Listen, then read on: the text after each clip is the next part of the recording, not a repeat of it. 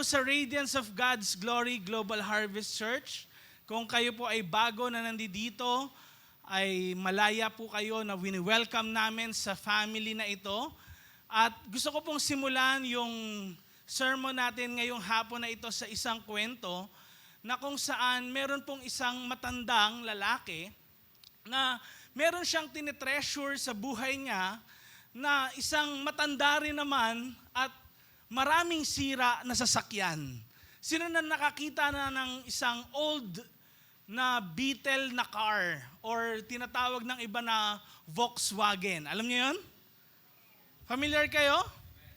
So, nung mga 1950s, alam ko marami pa sa atin hindi buhay nung panahon na yon. Yan po yung usong-usong sasakyan. Kaya lang sa kapanahunan ngayon, ang dami na pong lumabas na mga bago. And yung Volkswagen na sasakyan niya, talaga pong nagkakaroon na ng aberya dahil sa haba ng panahon na talagang marami ng sira, yung makina, yung fluids ng sasakyan. Tapos, favorite niya yung sasakyan na yun na i-drive talaga, gustong-gusto niya. Pero alam niyo po, one time, nasiraan siya, sabi niya, ano ba naman yung sasakyan na yan? Ang tagal-tagal na nito. Talagang dapat mapalitan na. At sa madaling salita, may nakarinig. Walang iba po kundi mga anak niya.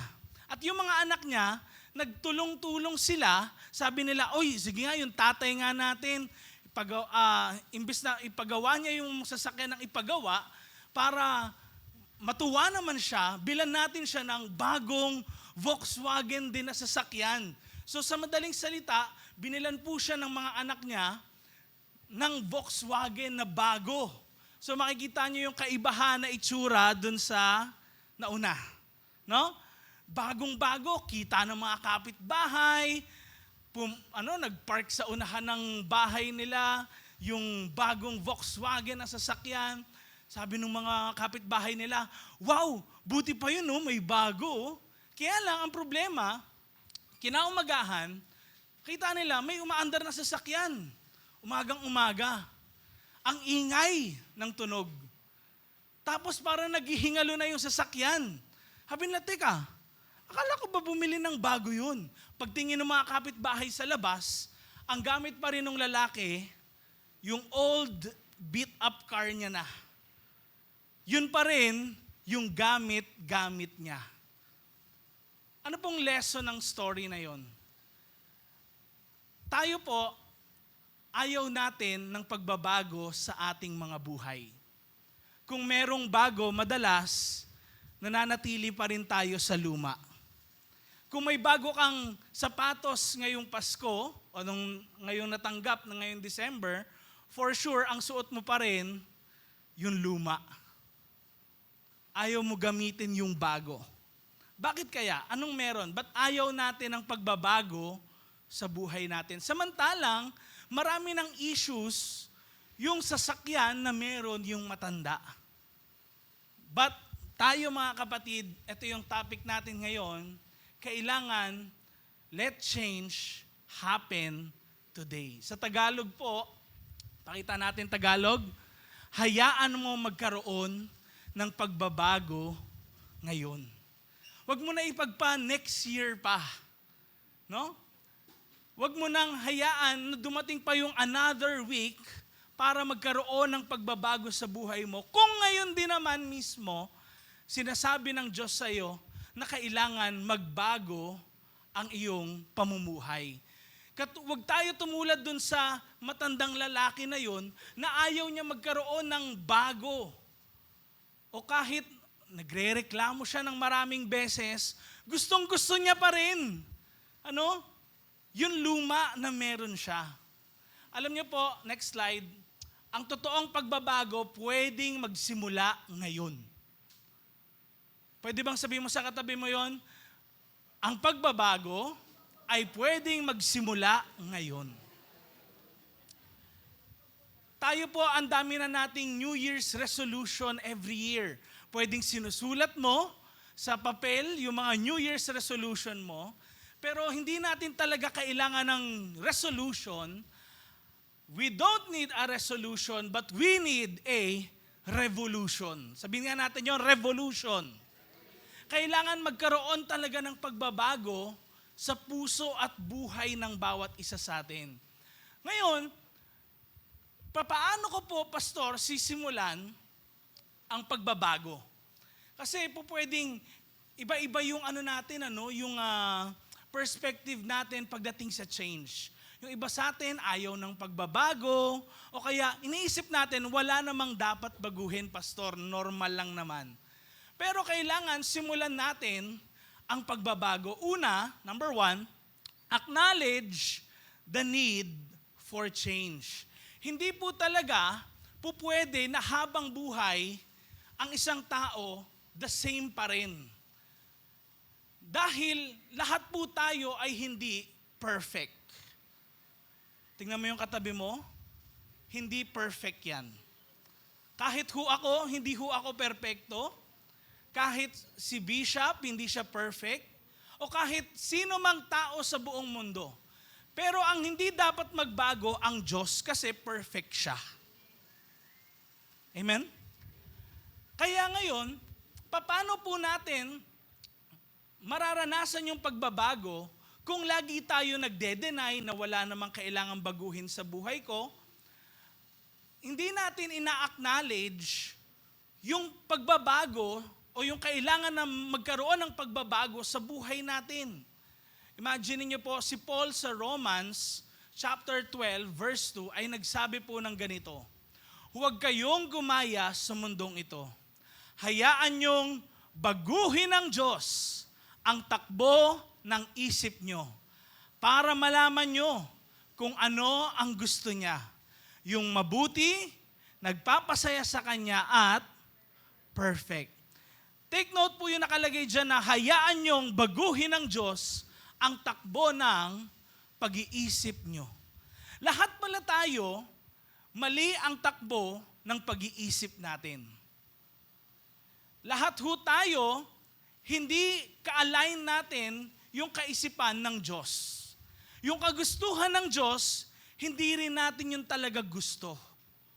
No? Pero sabi ni Paul, hayaan daw baguhin ng Diyos ang pag-iisip natin. Ibig sabihin, kung may babaguhin ang Diyos sa buhay natin, una kailangan yung paano tayo mag-isip. Kung paano ka, ano yung babaguhin ng Diyos sa iyo, kailangan magsimula muna sa loob mo. At para magkaroon ng pagbabago, kailangan hayaan natin siya sa ating buhay. Ngayon, pwede niyong tatanungin na naman, Pastor, bakit ba kailangan ko talaga ng pagbabago? Ano bang meron dyan? Kasi nga po, hindi tayo perfect. Hindi tayo perfect. Kahit iniisip na natin na wala namang dapat itama sa atin o wala namang dapat baguhin sa atin, nagkakamali po tayo. Dahil po, sabi rin sa Romans chapter 3 verse 23 ay, nagkasala ang lahat. At wala daw nakaabot sa kaluwalhatian ng Diyos. Ibig sabihin, lahat pala sa atin may error. Lahat sa atin may kamalian na nagagawa. Lahat sa atin, hindi natin dapat maisip na wala na pong pastor dapat mabago sa buhay ko. Kasi okay naman ako. Kahit yan tumanda tayo, may kailangang mabago sa buhay natin. Amen ba yun? Ang bata, merong kailangang i-correct sa kanya. Kahit gumraduate na siya sa pagiging bata, naging young adult na siya, or teenager siya, young adult, tapos nagkaroon siya ng pamilya, naging lola, naging lolo, meron pa rin kailangang itama sa buhay ng bawat isa sa atin. Kaya po masasabi ko, ang bawat isa sa atin ay tinatawag na work in progress. Sabihin nga natin, work in progress. Dahil binabago tayo patuloy ng Diyos at nagpapabago tayo sa Kanya. At hindi rin kasi natin alam, baka nasanay na tayo pero na-stuck po tayo sa mga harmful patterns. Next slide please. Pwedeng na-stuck na tayo sa mga harmful patterns. Ano po ito? Ewan ko po kung meron sa inyo naging present dito nung naging series natin po, yung game plan. At unang-unang topic po doon ay tungkol sa avoid toxic people. Ang bawat isa sa atin pwedeng hindi aware na mayroong mga taong nakakaapekto sa buhay natin na toxic pala sila. Imbis na makatulong sa atin, sila pala ay hindi nakakatulong at pwede rin tayo ay nagiging toxic para sa iba. Hindi lang natin nare-realize yun. Kung kaya, ang bawat isa po sa atin patuloy na gustuhin nating magpabago kay Lord. Hindi pa rin tapos ang Diyos sa buhay ng bawat isa sa atin. Wala hong makakapagsabi dito na perfect na sila at wala nang dapat i-correct sa buhay nila. Amen? Amen? And asahan po natin, next slide please, that God has something better for us. Ngayon, bakit naman mahirap i-admit na kailangan natin ng pagbabago o kailangan natin ng change? Pwede po, dahil una sa lahat, baka komportable na tayo. No? Ang hirap kasi pag sinabing pagbabago eh. Baka komportable na tayo, ayaw natin ng bago. Di ba naririnig natin ang pagbabago? Hindi lang sa politika, pwedeng kahit sa loob ng pamilya natin. Sabi ng nanay mo sa'yo, anak, 2025 na, magbago ka naman. Di ba? O kaya kahit mga teachers natin sa school, kaibigan natin, nagsasabi sa atin ng ganun. Pero iniisip natin, parang wala naman dapat baguhin sa buhay ko. Kasi bakit? Pwedeng komportable na po tayo. Pero ang buhay Kristiyano po ay hindi talaga tinawag para maging komportable. Ito po ang katotohanan, As much as gusto tayong i-bless ni Lord, ang buhay Kristiyano po talaga ay hindi tinawag para maging komportable. Kaya nga kahit si Jesus nag-suffer sa cross, kahit po yung mga apostles naghihirap sila para lang i-preach ang gospel. At ganun din naman si Jesus sa mga preaching niya, lagi niyang sinasabi na sa mga susunod sa akin, kailangan buhatin nila ang kanilang krus, ipasan nila ito at sumunod sa akin. Aba, kung meron kang pasan-pasan, ang hirap nun, tama ba? Hindi komportable, tama ba? Ganun ang buhay ng isang Kristiyano pala. Na hindi dapat tayo ma-feel natin na walang dapat baguhin sa buhay natin. Pwedeng hindi tayo komportable, pero yan din ang pamamaraan para mabago tayo ng Diyos.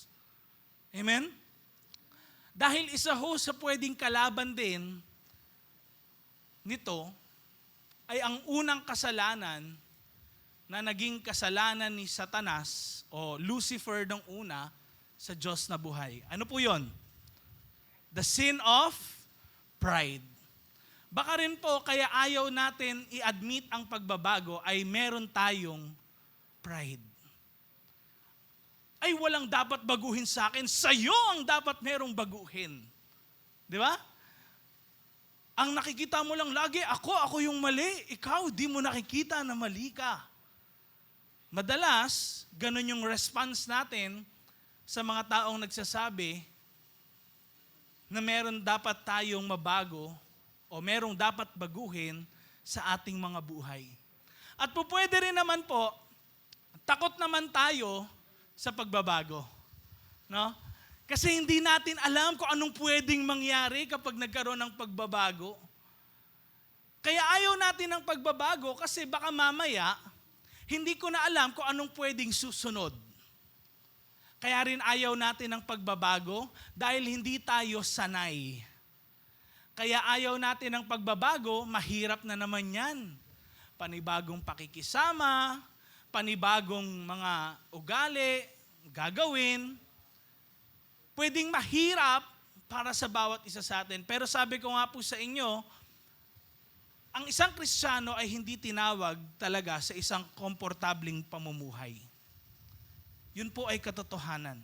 Hindi po sinabi ng Bible na kapag ikaw ay naging Kristiyano, wala na lahat ng problema mo at ikaw, wala nang dapat i-correct sa'yo, perfect ka na. Tignan nyo, sabi kanina, hayaan nyong baguhin ng Diyos ang inyong mga pag-iisip. In short, may kailangang mabago sa buhay natin. Araw-araw. Sabi mo sa katabi mo, magpabago ka na kay Lord. Sa kabila rin, magpabago ka na kay Lord. Ayan. Ngayon, ano naman ang dapat na mabago sa akin? Ano tong pastor na kailangan na mabago sa buhay ko? Tatlong bagay yan, kapatid. Ito po yun. Pakita natin, ayan. Habits, relationships, mindsets. Again, say it with me. Habits, relationships, mindset. Habits. Alam niyo po, itong message na ito, hindi po ito message para sa inyo lang. Kahit sa akin din po. Inaamin ko po, marami akong habit na hindi talaga maganda. Kasi nga lahat tayo ay work in progress. Maugulat kayo kahit nga po sa pagbabasa natin ng letters ni Paul, mababanggit doon na kahit si Apostle Paul, na nakorek niya sino? Si Peter. Si Peter na isang apostle ni Jesus. Now, paano magkakaroon ng ganun? Dahil ang buhay talaga Kristiyano, kailangan merong pagbabago araw-araw. And mag-start yon sa ating habits. Ano yung mga bagay na ginagawa mo madalas na pwedeng hindi nakakatulong sa'yo? Or kailangan mong itigil? At ano yung mga bagay na kailangan mo namang simulan? Sa 2025 na darating, hindi ka pa rin ba magbubukas ng Bible? No? Anong klaseng habit yung dapat mong gawin? Anong habit yung meron ka? Habit mo ba talagang mag-pray? Sino dito nananalangin every time na aalis ng bahay? Alam niyo po, minsan nare-realize ko rin yun. May time din talaga na nakakalimutan ko po mag-pray. At alam niyo, doon ka na minsan napapagtripan yung sasakyan, o kaya nahuhuli ka, muntikan ka na mabangga. Doon ko na-realize, sabi ko, teka, nakapag-pray nga ba talaga ako?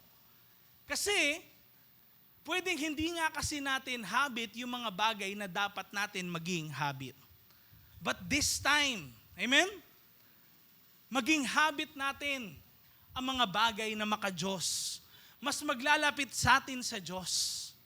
Pwedeng napalayo ka sa Kanya, pero pwedeng magkaroon ngayon ng chance na magbago ang ating mga buhay.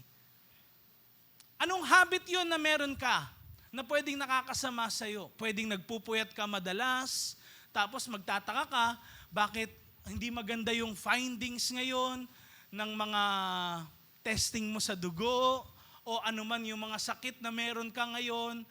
Pwedeng dahil yon sa bad habits na meron tayo. Amen? Baka bawal na nga sa'yo, meron ka ng diabetes. Netong Christmas, kain ka pa rin ng kain. May nalaman kami. Ilang mga tao rin, di ba? Nasa Facebook, sinusugod during time ng Christmas sa hospital. Dahil hindi nila naging habit na mag-control sa kanilang mga sarili. Again, anong dapat mabago sa akin? Number 1, habits. Pangalawa, relationships. Napaka-important nun. Dahil bakit? Ang ating pong buhay ay punong-puno ng relationship. Hindi ho tinutukoy sa relationship, mag-asawa, mag-partner, or mag-boyfriend, girlfriend. Kung hindi, Sino ba yung friends mo? Sino ba yung mga taong malalapit sa'yo? Sino yung mga taong pinapakinggan mo? Kasi kung ano yung pinapakinggan mo sa buhay mo, yun yung nilalakaran mo. Kung ano yung sinasabi nila, yun yung ginagawa mo.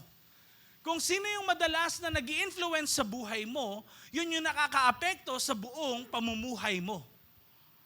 Kaya lang, kanino ka ba nakikinig? Nakikinig ka ba sa good advice or sa wrong advice? Kasi kahit po sa Bible, nagkaroon ho ng paghahati sa kaharian ng Israel, division na kahit kailanman, hindi po nagkaroon ng resolution dahil ho, pinili nung hari na anak ni King Solomon na pumanig dun sa mga maling tao. And pwedeng it's time na meron kang mga tao na dapat layuan sa buhay mo. O kung di man layuan, dahil lagi mo silang nakakasama, wala ka talagang magagawa, kundi i-distance mo or mag-set ka ng line or boundary sa buhay mo. Amen? Ano yung bagay na yun? Pwedeng sila yung naka-impluwensya sa'yo, kaya ka palamura. Sa mga pinupuntahan po naming gawain, meron sila doon, minsan may anak sila, tapos nagulat kami, 4 years old pa lang, alam na paano magmura. Saan narinig? Sa nanay, sa tatay, sa kapatid, sa kapitbahay, sa mga taong nasa paligid nila. Bakit lumalaki ang mga bata na bastos sa kanilang mga magulang at sa mga nakakatanda? Pwedeng mali ang sinusundan nila. Amen? Kaya kailangan ayusin natin sino ba yung mga tao na yan. And pwede din sa panahon na to dahil ilang araw na lang din o isang buwan pagkatapos ng January, month na ng February. Nasa tama ka bang relationship? Ang February, di ba, usually nandoon yung Valentine's Day. Pero teka, nasa tama ka ba ang relationship talaga? Or pwedeng yung relationship pa na yun yung nakakapagpalayo sa'yo sa Diyos. Tandaan nyo po, in every relationship, si God mismo yung foundation dapat natin. Si God ba ang foundation ng relationships mo? And number 3, last but not the least dyan, ay ano daw? Mindset. Sabihin nga natin yon, mindset. Pag sinabing mindset, yan yung paraan ng pag-iisip na meron ka. Sa lahat ng mga bagay ba, puro ba negatibo yung pumapasok sa isipan mo? Paranoid ka ba na tao? Suspicious ka ba lagi sa sinasabi ng mga tao sa'yo? Kaya tignan natin, ano ang nangyayari sa kaisipan natin? Alam niyo po sa kapanahunan ngayon, kawawa ho ang maraming mga Asyano. 4 months ago, actually, nagkaroon ng survey na kalahati ng Asians, ngayon, kasama po mga Pilipino doon, ay mga malulungkot daw.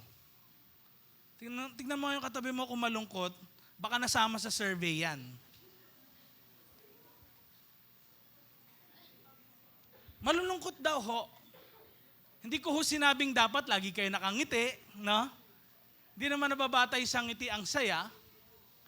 Pero, ibig sabihin, marami sa kanila hindi kontento sa buhay. Anong mindset na meron ka? Pwedeng nako-compare mo kasi yung sarili mo sa iba, kaya tingin mo sa sarili mo, mababa ka. Pag nag-scroll ka ng Instagram mo, kita mo yung mga friends mo, may family, may girlfriend, may boyfriend, ikaw wala pa. O kaya po pwedeng nakikita mo yung iba, wow, nagta-travel sila. Tas ikaw, traveling lang lagi by jeep. Di ba?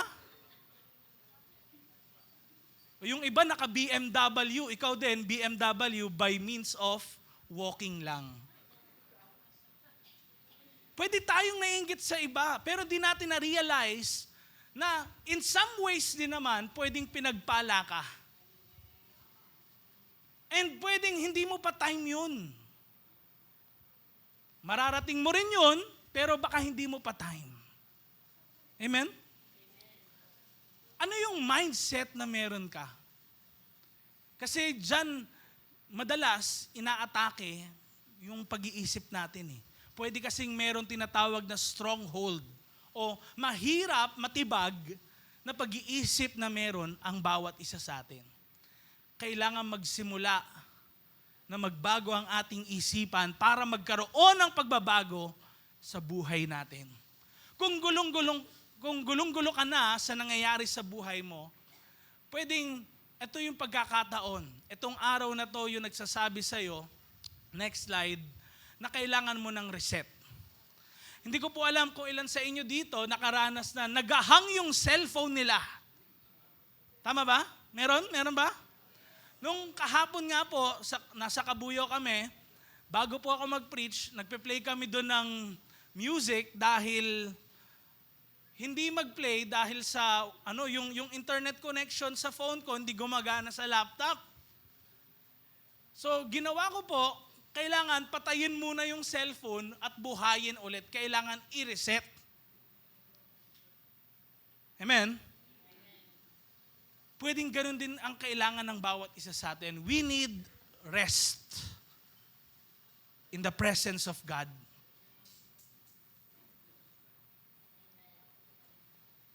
Yung reset na hinahanap natin, hindi natin yun mahanap sa friends natin. Hindi ho natin mahanap yon sa mga taong mahal natin. Hindi natin mahanap yon, yung rest na yon, dito sa church lang, sa mga church friends mo, kay Lord lang po talaga. Kaya nga, ang bawat isa sa atin, kailangan magkaroon ng pagbabago, inside and out. Pwede bang sabihin mo sa kaliwa at sa kanan mo, kailangan nating magbago. Nasa likod mo naman, kailangan kong magbago.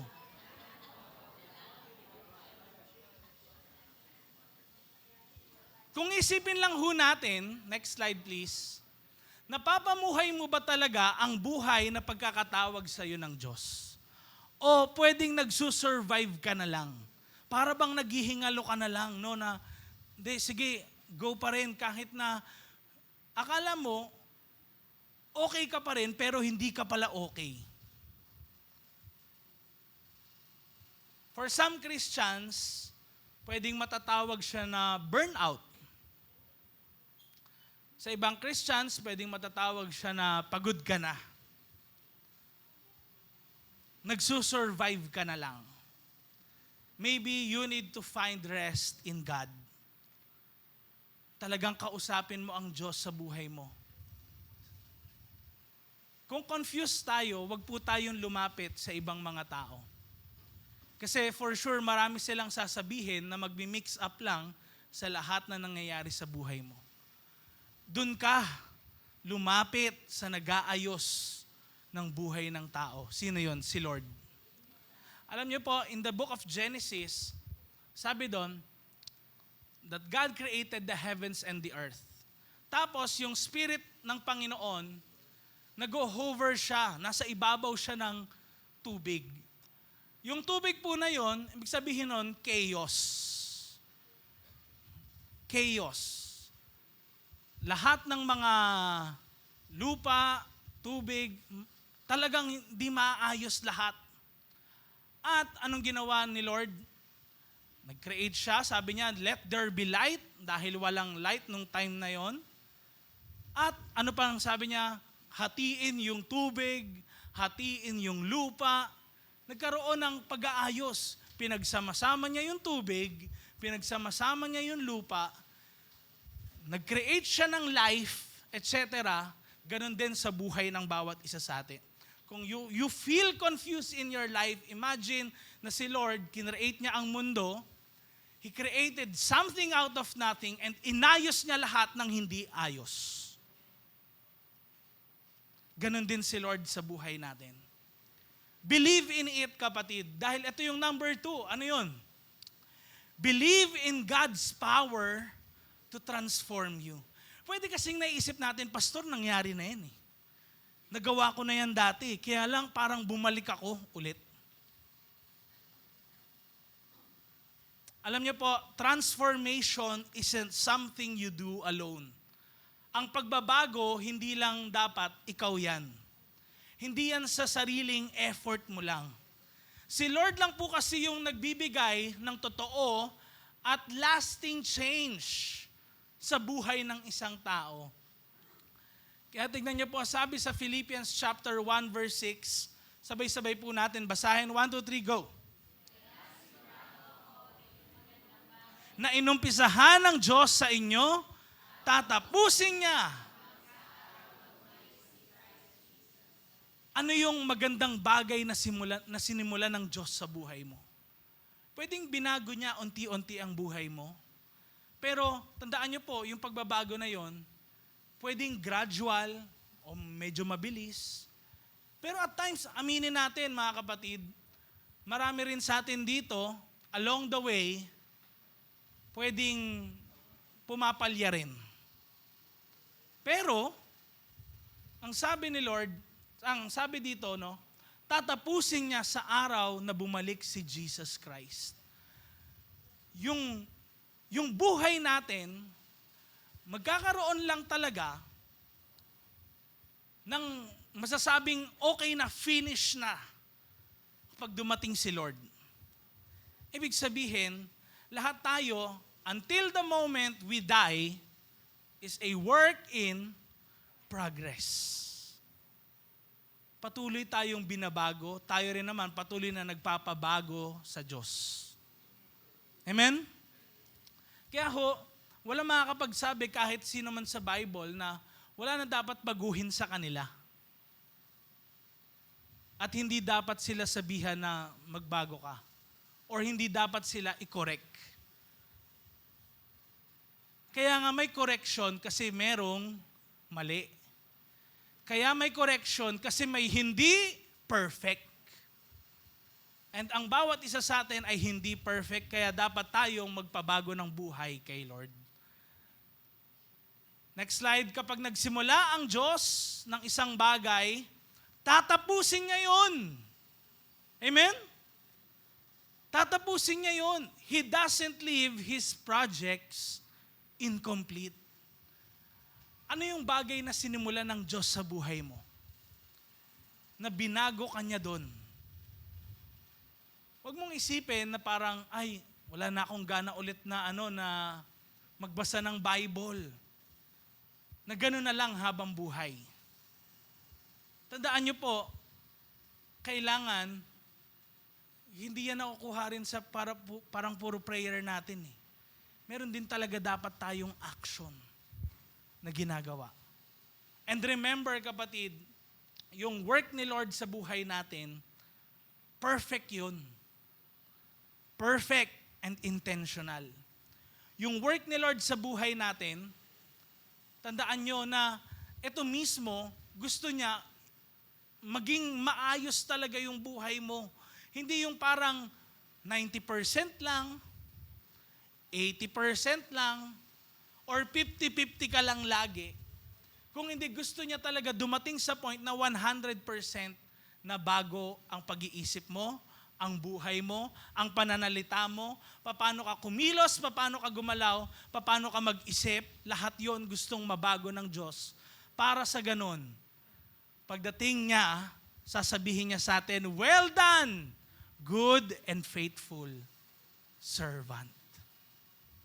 Amen? Next slide. Tandaan din natin na hindi po tayo nag-iisa sa process na to. Huwag po natin isipin na tayo lang. Kasama po natin ang Diyos. Amen? Sa Isaiah chapter 41 verse 10,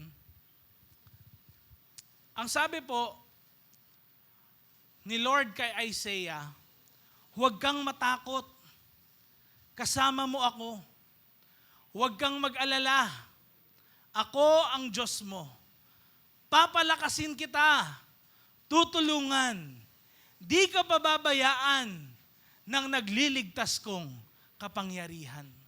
Biruin niyo po, alam niyo si Isaiah, pag tinignan niyo po yung context mula chapter 1, si Isaiah po ay isang hindi perpektong tao. Siya po ay propeta na tinawag ng Diyos, kaya lang hindi siya perpekto na kaagad nung tinawag ng Diyos. Sabi niya nga Lord, ako po ay tao na may maruming dila, maruming labi. At may angel ni Lord, nilagyan ng baga yung yung bibig niya. At luminis yung bibig niya. So in short, ang bawat isa sa atin, kailangan patuloy na nagpapabago kay Lord. Kailangan yung pananalitan lumalabas sa bibig natin. Pwedeng sa una, nagfe-fail tayo. Pero tapos pag dumating yung temptation, bumabagsak tayo, doon na naman, nakakapagbanggit ka na naman ng pagsisinungaling, nakakapagmura ka na naman, pero hindi doon na, huwag ka ma-discourage na parang, ayoko na, yaan ko na nga lang. Kailangan, yung heart mo, Lord, mali po ako doon sa nagawa kong yun. Hindi ako natutuwa doon. Baguhin mo pa rin ako, Panginoon. Amen?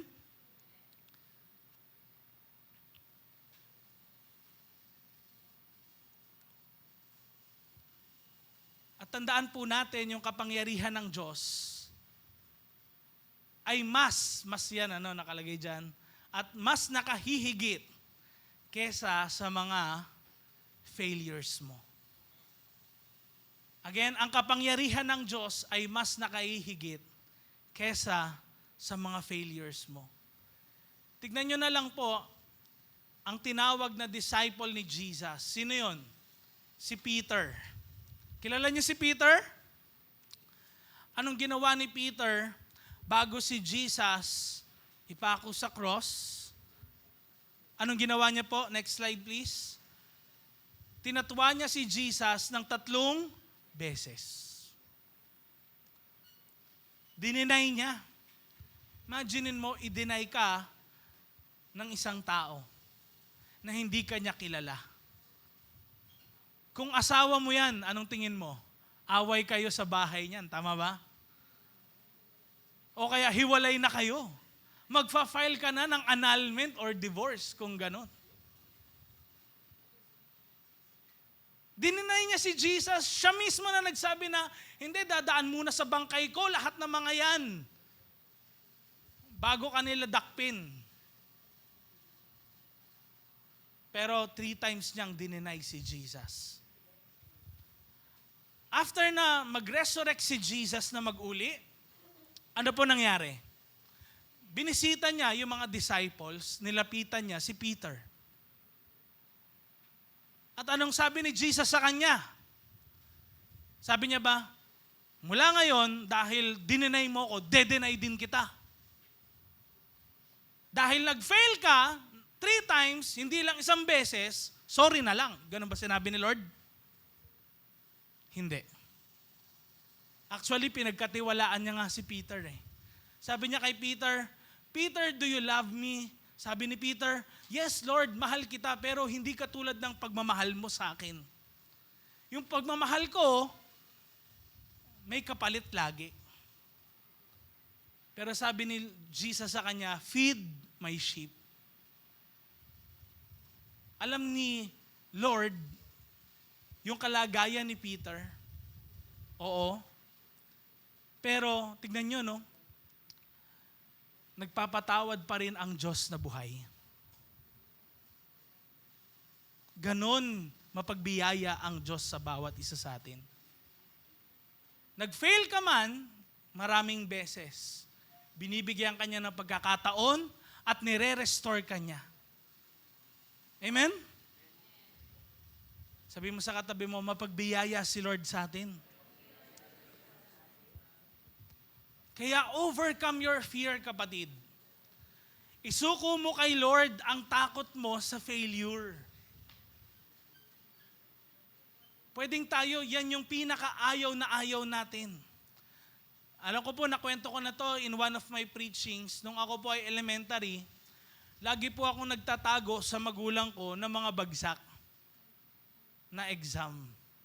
Sino nakaranas ng ganon? Ang pinapakita ko lang noon, yung mga matataas, mga pasado. Ganon ako noon eh. Tapos takang-taka naman yung nanay ko. Sabi niya, galing naman ng anak ko. Pero pagdating ng bigayan ng grades, teka, ba't ganito lang yung grades ng anak ko? Bakit ganyan? Ang pinapakita niya sa akin, puro matataas. Bakit ganon? Tingnan niyo nangyayari. Dahil takot tayo minsan sa failure, mas nagiging grabe yung problema. Hindi naaagapan, hindi nabibigyan ng solusyon. Ganon din tayo madalas. Takot tayong magsabi ng mga kasalanan natin.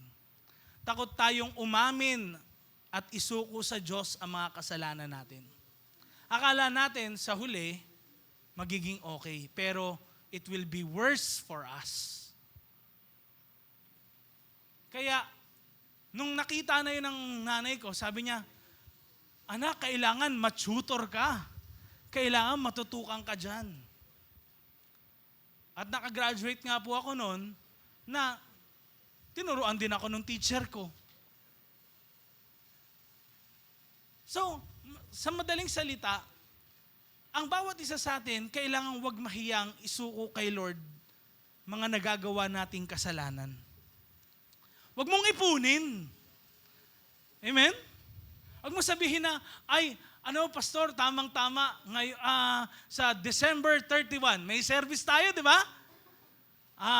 Pastor, doon ako, ilalabas ko na lang lahat yun doon sa December 31. Ipon na ipon mula January 1 hanggang December 31 ng 2024. Hindi po. Kailangan ibigay natin kay Lord lahat. Hindi bukas, hindi mamaya, kundi ngayon. Amen? Psalm 37 verse 23, tignan niyo po ang sabi, si Lord ang nag-guide sa dapat lakaran ng mga tao. Pinoprotect niya yung mga nagpapasaya sa Kanya.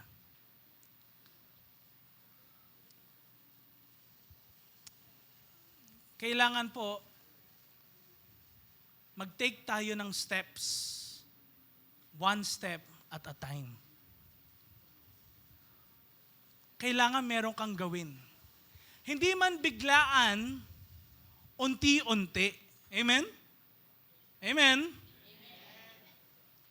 Sa totoo lang po, nung ako po noon, ay na-born again, way back 2008, ako po ay 13 years old. Addict na addict po ako nun sa computer, TV, ganyan. Pagtapos po natanggapin ko si Jesus sa buhay ko, hindi naman agad-agad totally, ayaw na ayaw ko na ng addiction. Nagtatry pa din ako. Pero gradually, nawawalan ako ng gana. Tingnan niyo po rin yung testimony ni Bishop. Sabi niya noon, naninigarilyo siya, bata pa lang siya, tas umabot ng high school, chinek yung lungs niya, butas yung baga niya, pinakausapan lang ng nanay niya yung school, kaya siya nakapasok. Then, hanggang sa dumating yung age na kung saan siya po ay in-invite sa isang Bible study, inanyayahan siya doon, shinera ng Word of God, tapos na born again siya, naninigarilyo pa rin siya.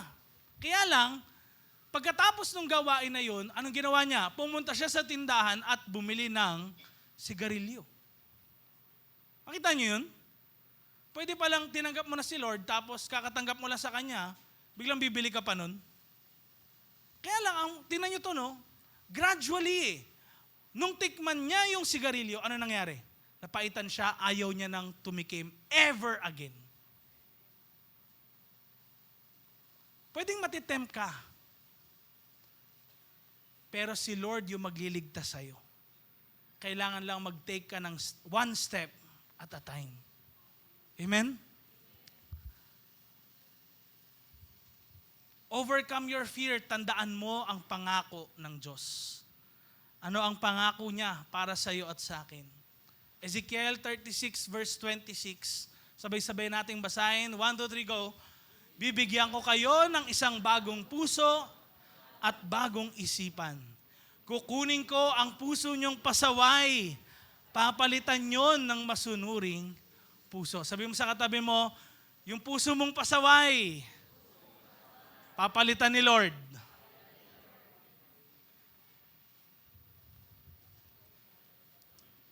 Anong ipapalit?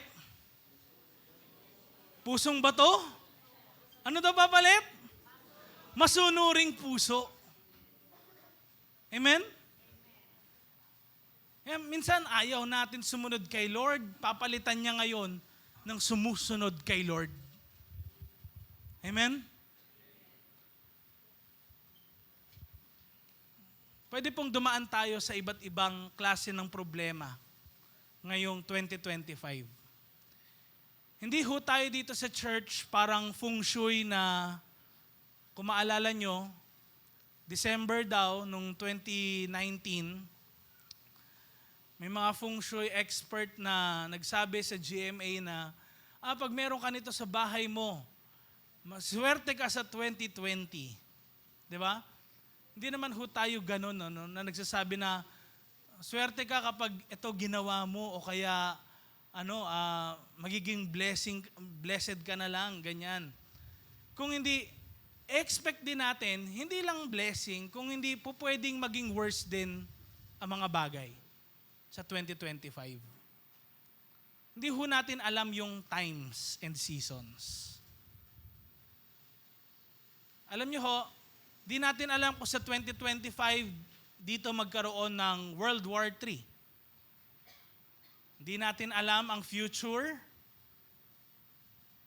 Pero tandaan po natin na ang Diyos kasama natin. At pag discourage ka sa mga nararanasan mo, discourage ka na pwedeng nagfe-fail ka ulit, tinatry mo ulit bumangon, tandaan niyo po ito, hindi final ang nararanasan mo ngayon. God is still writing your story. Amen? Kaya ano man mangyari sa 2025, magkaroon man ng bagong pandemic, hindi natin alam eh.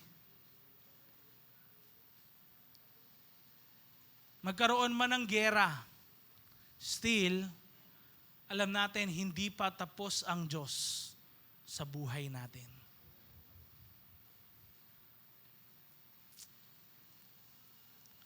Kaya tayong lahat, sa harapan ni Christ,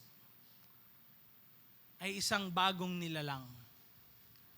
Sa 2 Corinthians chapter 5 verse 17, kung tayo daw po ay nakipag-isa na kay Christ, bagong creation na siya. Dahil ngayon, may kakayahan talaga tayo ngayon na mabago ang buhay natin. Hindi ito yung pagbabago na panandalian lang, kundi panghabang buhay.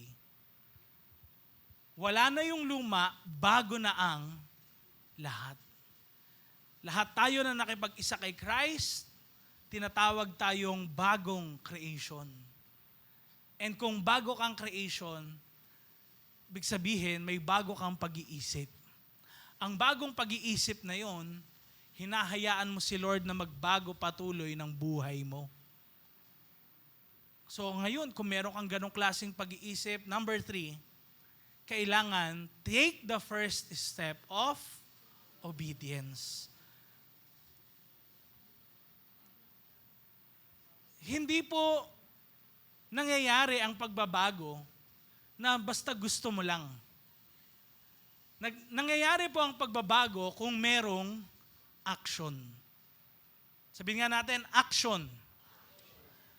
Ito po yung pinakamahirap or difficult part ng transformation. Kasi may unang step na kailangan kang gawin. Ano yun? Obedience. Kailangan sumunod ka. Tignan niyo sinasabi ng James chapter 1 verse 22. Tingnan nyo, sabi, gawin nyo yung sinasabi ng salita ng Diyos. Kung pinapakinggan nyo lang yun, ano daw? Ano daw? So, ibig sabihin, kailangan hindi puro pakinig, hindi puro basa, kailangan merong gawa. At huwag niyong isipin ho, na sa lahat ng bagay, ang solusyon, prayer. Hindi ho prayer lang. Oh, maganda nagpe-pray ka, pero hindi mo sasabihin na, ang sakit po ng tuhod ko, pastor. Yung cellphone ko na yun, Lord, please, yung cellphone ko po, masakit kasi tuhod ko, lumapit naman sa akin. Di mo po pwedeng sabihin na, Lord, yung trabaho na yun, matanggap po ako, di ka naman nag-a-apply ng trabaho. Hello? Gusto mo graduate, ayaw mo mag-aral.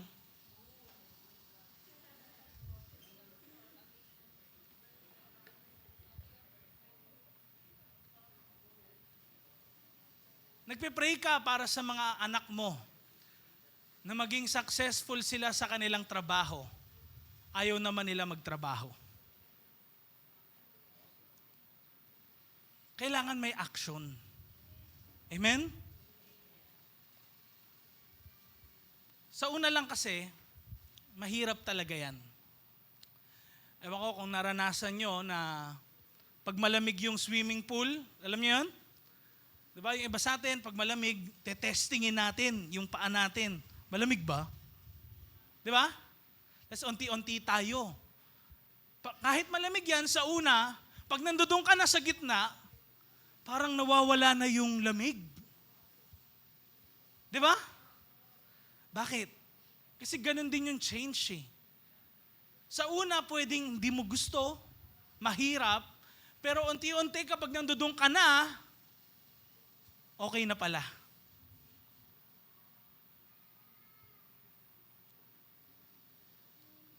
Kaya, next slide, tinatawag ka ng Diyos na humakbang sa pananampalataya. You can think about change, plan for it, and even pray about it. But real transformation begins when you take that first step. Kung gusto mong magkaroon ng pagbabago sa prayer life mo, simulan mo mag-pray. Kung gusto mo ng pagbabago sa Bible reading mo, simulan mong magbukas ng Bible at magbasa. Hindi lalapit yung Bible sa'yo. At walang tatawag sa langit na, halimbawa, Jewel, mag-pray ka. Walang ganun. Hindi na sabihin na, Jace, ba't ang tagal mo pa dyan? Hindi ka pa rin nagpe-pray. Walang ganun eh. Kailangan, action, gawin mo na. Amen? Huwag mo na ipagpabukas pa o mamaya, ngayon. Sabi mo sa katabi mo, gawin mo na. Paano ko po ito sisimulan, yung pagbabago na ito? Start small. Start small. Sinasabi minsan ni na Bishop, sana maranasan natin, mag-pray tayo ng medyo mahaba naman, 30 minutes, 1 hour. Paano mangyayari yun kung di mo muna sisimulan sa 1 minute? Tapos sa next 2 minutes na. Sa next 3 minutes na. 4 minutes, 5 minutes na. Kailangan magsimula sa maliit. Sa konti. Kung hindi mo kaya magbasa ng isang buong chapter, isang verse. Dagdagan mo kinabukasan, 2 na. Amen? Para sa ganon, magkaroon talaga ng pagbabago sa buhay natin. Kasi madalas, kaya hindi tayo nagsasucceed, baka hindi natin pinagkakatiwala kay Lord yung mga ginagawa natin. Yung pagbabago ba na gusto mong mangyari sa buhay mo, pinagkakatiwala mo ba kay Lord? Tingnan niyo sabi ng Proverbs 16 verse 3. Sabay-sabay nating basahin. 1, 2, 3, go. Ipagkatiwala mo kay Lord ang mga ginagawa mo At gagawin niyang ano daw? Successful. Kaso nga, bakit ayaw mo ipagkatiwala? Ba't hindi mo pinapag-pray? Bakit hindi mo pinagpe-pray kay Lord yung bagay na yun? Bakit puro ibang tao yung nilalapitan mo, si Lord hindi mo kinakausap? Bibili ka ng bahay, ang dami mong kinakausap na tao, si Lord hindi mo malapit sa Kanya yun. Bibili kang bagong sasakyan, bagong motor, hindi mo alam sa kukuha ng pera, ang dami mong nilalapitan mga tao, si Lord ayaw mong lapitan. Ipagkatiwala mo kay Lord. Pag sinabing pagtitiwala, kaya mong ibigay sa Kanya, Lord, ikaw yung bahala dito. Wala po akong alam kung paano ko gagawin to, pero Lord, samahan mo po ako. Amen? Pwede rin kasi yung pagbabago natin, feelings lang. Walang halong pananampalataya. Act in faith, not feelings. Kumilos ka na mayroong pananampalataya sa Diyos, na may gagawin siya, na tutulungan ka niya sa kinakaharap mo. Amen? Last but not the least dyan, rely on God's strength. Hindi ikaw yung malakas. Ang Diyos lang yung malakas. Huwag mo lagi isipin na kaya mo lahat. Hindi, ang Diyos ang may kaya sa lahat ng yun. Pagod ka na ba? Ikaw ba ay paulit-ulit na lang dun sa bagay na yun? Gusto mo ng pagbabago? It's time na lumapit ka kay Lord. Sundin yung utos niya sa'yo. Tingnan niyo, sabi ng Deuteronomy chapter 30 verse 16, pag sinunod niyo ang sinasabi ko ngayon ng mga utos ni Lord na inyong Diyos. Utos ni Lord na, sabay-sabay nating basahin, mahalin siya, mamuhay ayon sa gusto niya, at sundin ang mga utos, instructions at rules niya. Ano daw? Mamumuhay, dadami, at ibe-bless kayo ni Lord. Paano gusto mo maranasan yung blessing ni Lord? Mahalin mo siya. Huwag mo mahalin si pastor, leader mo, or sino man dito. Ang mahalin mo si Lord. Mamuhay ka ayon sa gusto niya. Ano yung kagustuhan ng Diyos? Pag ba si Lord nakaharap ka ngayon, face to face, sasabihin niya ba sa'yo, yung ginagawa mo, ang ganda, okay yan, pagpatuloy mo. O tingin mo sasabihin niya sa'yo, dapat itigil mo na yan. Ano yung utos ni Lord, instructions niya sa'yo sa panahon na ito? Pwedeng sinasabi ng Lord sa'yo matagal na panahon na patawarin mo na yung mga taong nakasakit sa'yo.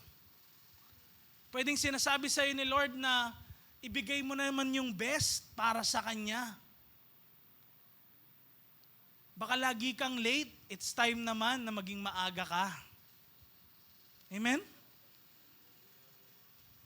Baka once a month ka lang umattend, it's time naman na maging perfect yung attendance mo.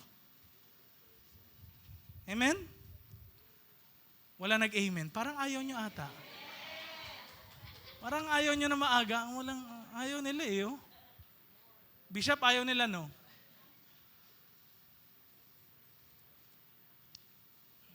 Kaya sabi sa Isaiah 43 verse 19, tignan nyo, may ginagawa akong bago. Nagsisimula na ngayon. Di nyo ba napapansin? Tanong mga katabi mo, di mo ba napapansin? Anong sabi ni Lord? Gagawa ako ng daan sa desert at ilog sa tuyot na lupa. Alam niyo po, kahit yung Isaiah 43 verse 19 na to, pag sinearch nyo ngayon sa YouTube, internet, may news ngayon, umuulan ng yelo sa Saudi, merong rivers ngayon sa desert. Panahon na to ngayon ha. Paano nangyayari yun? Sabi ng mga experts at mga scientists, mga global or unusual phenomenon. Pero something impossible, pwede talagang mangyari pala. Kung nakikita mong imposibleng magbago, hindi imposible yun. Kung iniisip mong ganyan ka na lang, nagkakamali ka. Pwedeng magkaroon ng pagbabago sa buhay mo. At hindi yan ang katapusan ng buhay mo. Hindi yan ang magde-define kung sino ka. Si Lord lang ang makapagde-define kung sino ka. Dahil mahal na mahal ka ng Diyos. Bago tayo po magtapos at magkaroon ng konting sharing, gusto ko pong, kung meron man sa inyo hindi pa tinatanggap si Jesus sa buhay nila, bilang Panginoon at tagapagligtas. Kung kayo po ay nililid ni Lord na sumunod sa panalangin na ito, malaya kayong sumunod. Dahil si Jesus ang nagbabago ng buhay ng tao. Tayo po lahat ay pumikit at yumuko. Maaari po kayo